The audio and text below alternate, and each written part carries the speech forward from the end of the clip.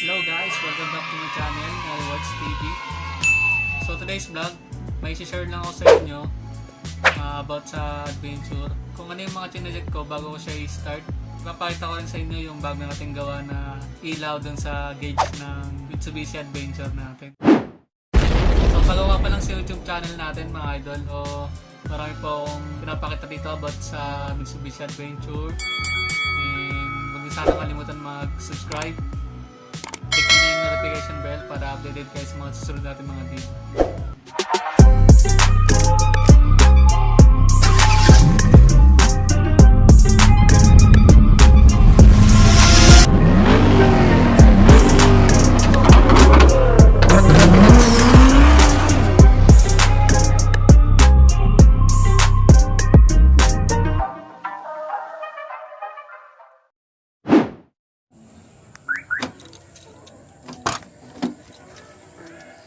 Hey, what's up mga lods? Ano lang tayo? Magpapainit lang tayo ng makina ng adventure. So bago ko i-start mga idol, may gina-check pa ako dito sa engine.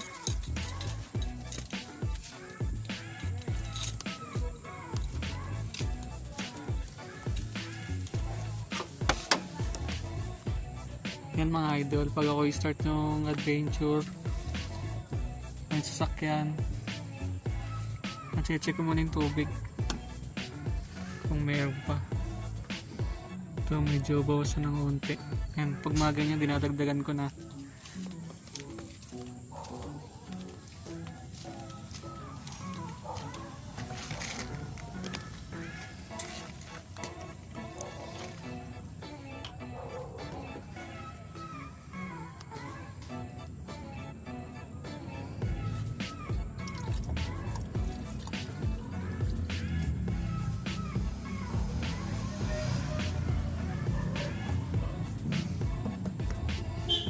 Yan mga idol, ang task ko maglagay ng tubig, no? Pero mas maganda na yan, okay na yan, para sure tayo sa biyahe. Tapos yan mga idol, check ko rin yung power steering, yung oil. Yan, mataas pa. Siyempre yung sa radiator natin yung tubig, yan, mayroon pa. Yan yung engine oil, importante yan, check ko rin talaga yan. Yan, mataas pa, walang bawas.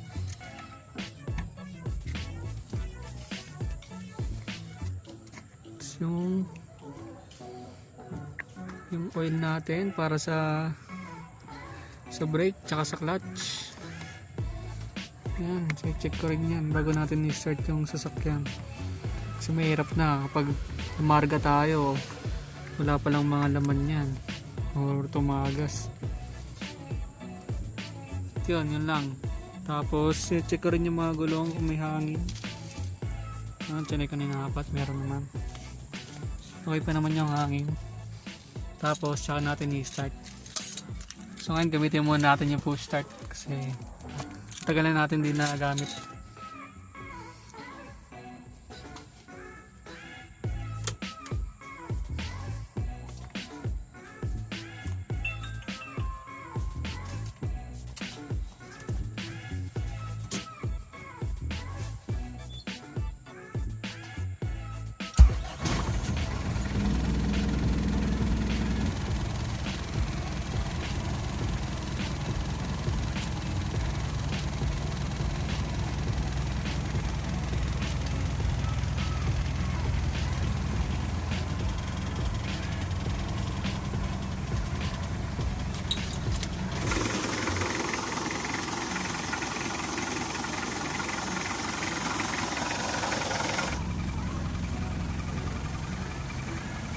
So yan mga idol, lang tayo, tamang painit lang tayo ng engine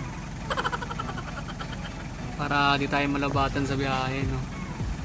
Mas maganda yan kasi kahit di natin ginagamit yung sasakyan, kailangan i-start pa rin natin yan araw-araw, no? Kahit mga mga 5 to 10 minutes pwede na yun para Hindi lang, para nag-charge pa rin yung battery natin. Kasi automatic naman na kahit di natin ginagamit yung battery, magbabawas pa rin yun. Wala, no? Kulang na lang talaga natin yung ilaw dun sa hazard light. Kundi na kasi. Kaya mga idol, comment nyo yung mga check nyo bago nyo i-start yung mga adventure nyo, yung mga sasakyan nyo. Ayun lang masishare ko ngayon. Ayun lang kasi yung ginagawa ko lagi bago ko i-start itong sasakyan na to. Para syempre mahirap na magpaandar agad ng sasakyan. Lalo na yun sa tubig ng radiator, no? Kasi yung sa radiator ko, ayan, merong tagas konti na di pa namin napaparepair. Inuna kasi namin yung sa Pajero, naparepair na rin namin yun, kaya okay na yung radiator. Ito na yung next namin. So mga idol, comment nyo yung mga check nyo sa sasakyan nyo bago nyo i-start, para malaman din namin kung ano yung mga iba pang dapat i-check.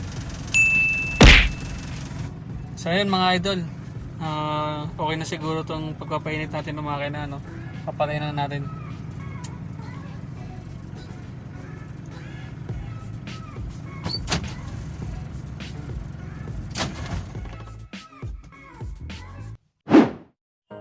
So yun mga idol, hanggang dito lang muna yung vlog natin. Tamang share lang. Mag-share din kayo mga idol kung ano yung mga ginagawa nyo bago nyo i-start. Comment nyo lang po. Peace out!